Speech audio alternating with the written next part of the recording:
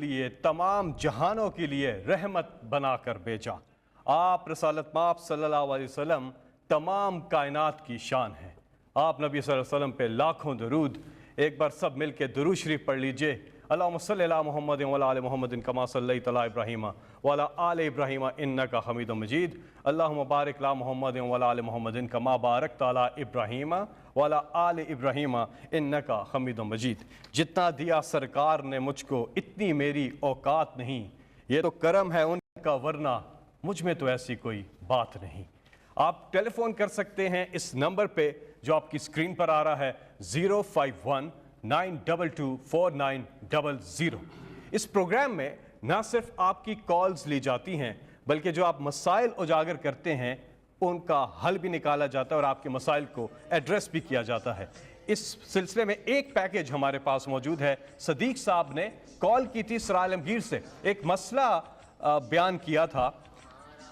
نسیم بھٹی صاحب نے سمندری سے کال کی تھی فیصل آباد سے اور ایک مسئلہ بیان کیا تھا، اس کا کیا حل ہوا آئیے دیکھتے ہیں اس ویڈیو پیکیج میں۔ یہ گوجرا مین ڈرین جو ہے یہ بالکل بلاک ہو چکی تھی، جس کی وجہ سے ہزاروں ایکڑ زمین تباہ ہو چکی تھی۔ اس کے بعد میں نے پرائم منسٹر کو 4 اپریل کو کال کی۔ ہزاروں ایکڑ دلدل فصل تباہ ہو چکی ہے۔ نوٹ کریں پلیز۔ 17 اپریل کو وہاں کام شروع ہو گیا، کرینز نے وہ ڈرین کنال کو کلیئر کرنا شروع کیا۔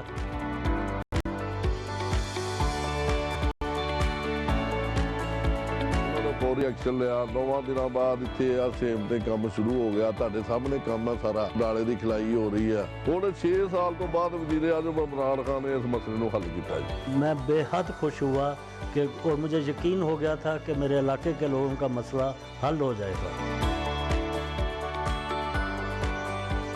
150 پنڈ جڑا ہے عمران خان کا شکریہ ادا کرتا ہے۔ جی تو آپ نے یہ پیکیج دیکھا۔ وزیر اعظم پاکستان عمران خان صاحب یہ تشریف رکھتے ہیں، آپ کال کر سکتے ہیں 051-922-4900 پہ۔ جی وزیر اعظم صاحب پروگرام کا آغاز کرتے ہیں، آپ کچھ کہنا چاہیں گے آغاز میں؟ جی بسم اللہ الرحمن الرحیم، ایاک نعبد و ایاک نستعین۔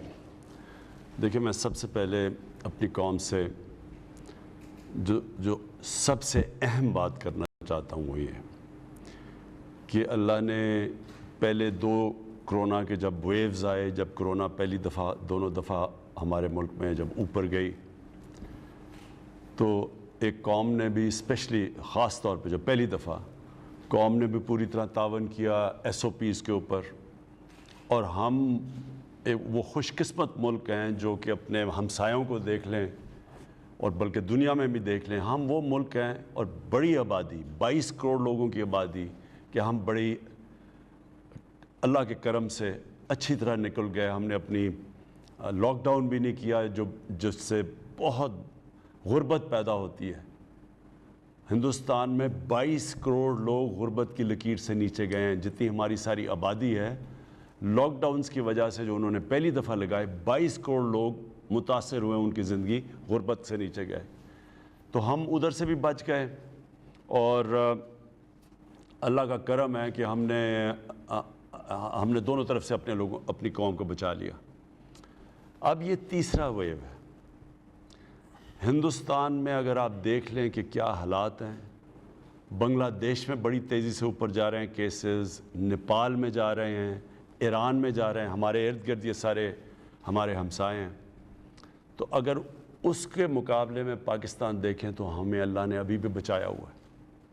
تو میں یہ چاہ رہا ہوں کہ یہ جو عید کی چھٹیاں ہیں، اپنی قوم کا، اپنے لوگوں کا، اپنے بڑوں کا ابھی سے خیال رکھیں۔ جتنی آپ احتیاط کریں گے میں آپ کو یقین دلاتا ہوں کہ اتنا ہی ہم اس عذاب سے نکل جائیں گے۔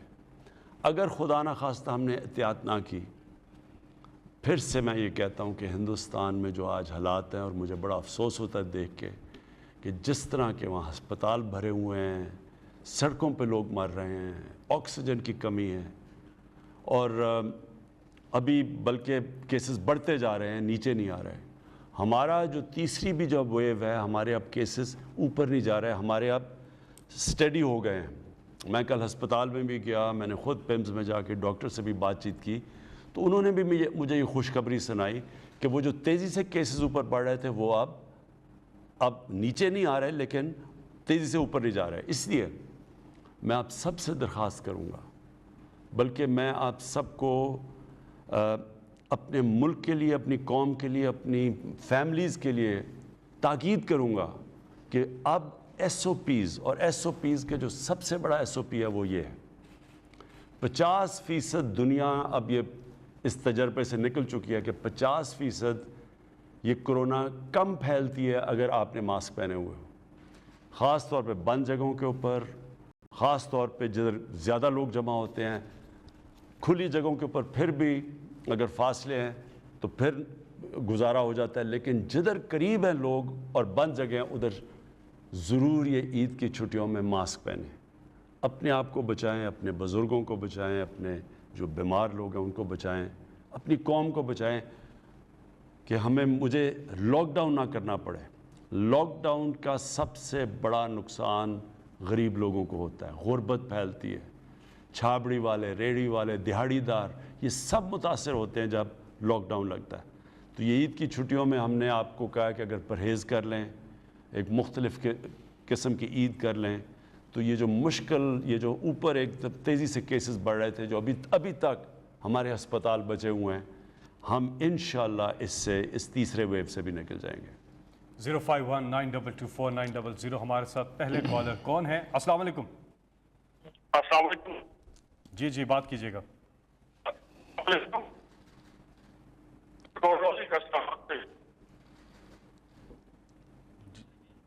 جی آواز آپ کی نہیں آ رہی, دوبارہ بولیے گا. ہلو. جی بات کیجیے. ان کی ٹیلی فون لائن میں کچھ مسئلہ سنائی دے رہا ہے. اگلے کالر سے ہم بات کریں گے. نمبر آپ ملا رہے ہیں 05192249000. آپ کال کر رہے ہیں, پاکستان سے بھی کال کر سکتے ہیں, آپ اگر باہر ہیں باہر سے بھی کال کر سکتے ہیں. اضافی کوڈ آپ کو شامل کرنا ہوگا 9251. اگلے کالر ہمارے ساتھ. جی السلام علیکم. ہیلو. جی ان کی بھی کال لگتا ہے ڈراپ ہو گئی ہے. اگلے کالر سے بات کریں. کافی لوگ کال کرنے کی کوشش کر رہے ہیں اس نمبر پہ. نمبر آپ کی اسکرین پر بھی آ رہا ہے 05192249000. اس نمبر پہ آپ آ کے پرائم منسٹر پاکستان عمران خان صاحب سے براہ راست بات کر سکتے ہیں. آپ کے سوالات اور وزیر اعظم کے جواب. اس سلسلے کی آج یہ تیسری نشست لے کر ہم آپ کی خدمت میں حاضر ہوئے ہیں اور ٹیلی فون کالز آ رہی ہیں ہمیں. جی ہم اگلے کالر سے اب بات کریں گے. ہمارے ساتھ ہیں لائن پر کون؟ جی السلام علیکم. مجھے بتایا جا رہا ہے کہ ٹیکنیکل ایشو آ رہا ہے بیک اینڈ پہ, جس کی وجہ سے کال جو ہے وہ تھرو نہیں ہو پا رہی. تو ہم یہاں پر ایک وقفہ لیتے ہیں, وقفے کے بعد ہم واپس کال آ گئی ہے شاید. جی السلام علیکم. جی السلام علیکم. وعلیکم السلام. جی کون صاحب کہاں سے بات کر رہے ہیں؟ جی پوچھیے گا اپنا سوال. جی میں مبین خان بات کر رہا ہوں بلا گھر سے. جی میرا سوال ہے خان صاحب سے. جی آپ کی حکومت میں آنے کا سب سے اسٹرانگ پوائنٹ یہی تھا کہ پاکستان میں قانون طاقتور اور کمزور کے لیے برابر ہو جائے گا. جی ٹھیک ہے. آپ کی ساری جدوجہد اس مدعے کے گرد میں گھومتی رہتی ہے. ٹھیک ہے کہ پاکستان میں طاقتور کے لیے کوئی قانون ہے ہی نہیں. خان صاحب مجھے سمجھ نہیں آئی کس چیز کے لیے قانون ہے؟ کہہ رہے ہیں پاکستان میں طاقتور اور کمزور کے لیے ایک قانون نہیں ہے. جی اچھا جی. طاقتور لوگ جو ہے نا وہ قانون کو اپنے حق میں موڑ لیتے ہیں. ٹھیک ہے جی سمجھ آ گیا. جی میں سمجھ گیا. اچھا اب میں اپنی قوم سے تھوڑی سی آپ سے یہ آپ کو زحمت دوں گا کہ تھوڑا ذرا لمبا اس کی جو میں نے آپ کی وضاحت کروں گا تھوڑا سا ذرا ٹائم لوں گا, لیکن میں یہ چاہتا ہوں بڑی غور سے آپ میری یہ بات سنیں, کیونکہ میری جو جماعت بنی تھی آج سے 25 سال پہلے اس کا نام تھا تحریک انصاف. یہ کیوں میں نے جماعت بنائی تھی جبکہ اللہ نے ایک انسان کو سب کچھ دے دیا تھا, سب سے زیادہ شہرت ملی تھی, جتنی اللہ نے مجھے جو دیا تھا پیسے میری ضرورت کے مطابق بہت تھے. میں ایک